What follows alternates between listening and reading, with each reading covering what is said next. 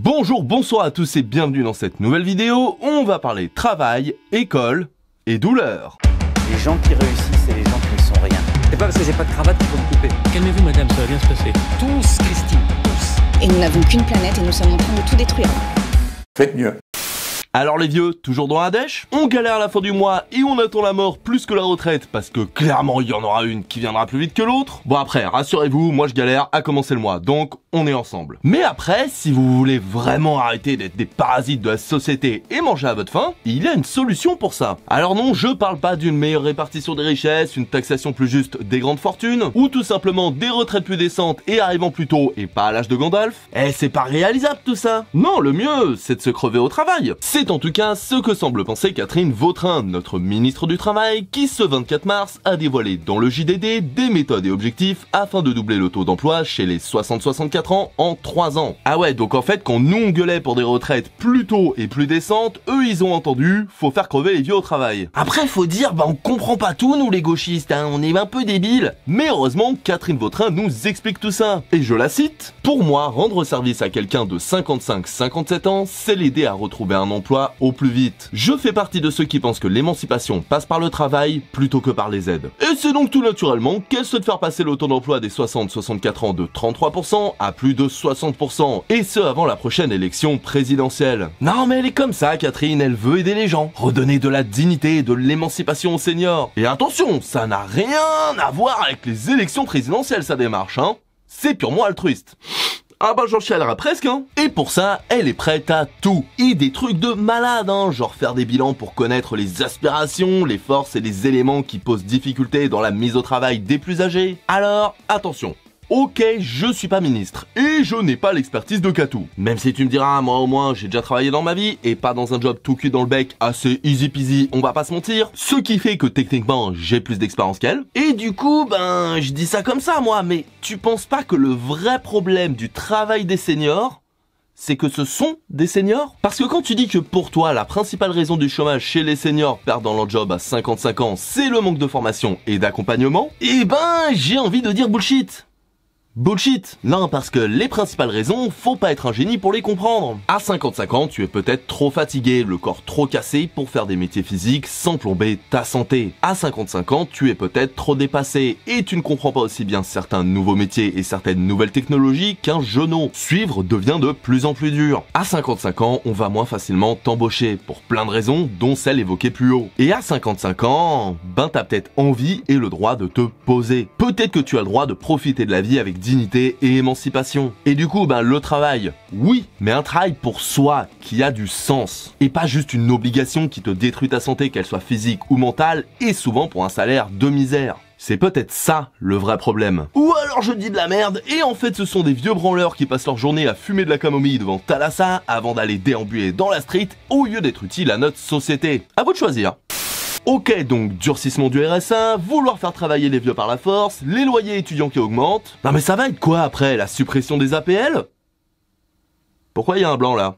Tout simplement parce que selon Paris Match, plusieurs membres de la majorité se sont exprimés sur les APL. Et ça sent pas bon. Car oui, en vue d'une possible réforme, voire suppression des APL, qui servirait à combler El Famoso déficit public et viendrait en complément des 30 millions de coupes budgétaires en 2 ans annoncés récemment par Bruno Le Maire.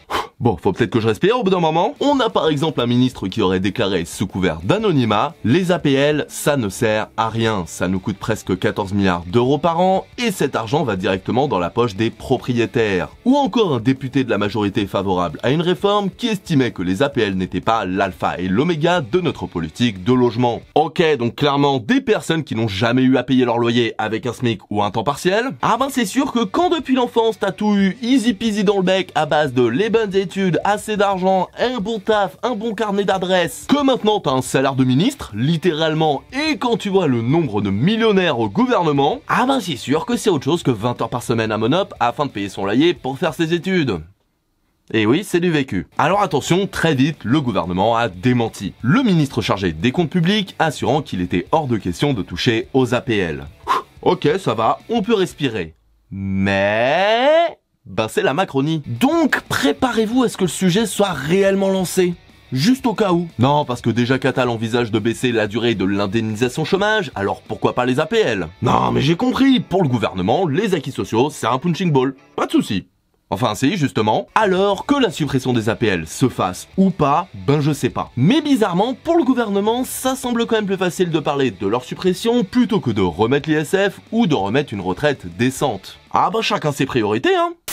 Et d'ailleurs, niveau priorité, il semblerait que Valérie Pécresse et la région Île-de-France en aient des particulières, dirons-nous. C'est le terme poli pour dire qu'ils ont fait de la merde. Parce que quand tu vois qu'une centaine de factures de lycées de l'Île-de-France, dont certaines datant de 2019, n'ont toujours pas été remboursées par la région, des factures dont le montant total est de 850 000 €, pour des fournitures, c'est pas mal, et ben avec tout ça, tu commences à mieux comprendre le trou dans la caisse des Républicains quand Valérie s'est présentée en 2022. Je suis endetté personnellement à hauteur de 5 millions d'euros. Alors la région se justifie par des bons de livraison non reçus, le Covid perturbant les organisations et autre absence de personnel. Ah bah oui, c'est surprenant, mais quand on coupe dans le budget et dans le personnel comme si on était un bûcheron sous cocaïne, eh ben bizarrement ça impacte le bon déroulement de l'État. Qui l'eût cru? Surtout que bon, la région a beau se justifier en disant que non, c'est pas de leur faute si elles ont pas pu payer ces 850 000 €. Mais par contre, de l'autre côté, eh ben qu'en fin janvier, fallait approuver l'aide publique de 917 000 € pour le lycée privé, Stanislas, dont les polémiques ne sont plus à compter. Ah bah là, ça a pas hésité à sortir le fric, hein. Non mais après, faut les comprendre, ils en ont besoin ces filles et fils d'eux. Comment tu veux qu'ils aient leur 3e piscine sinon?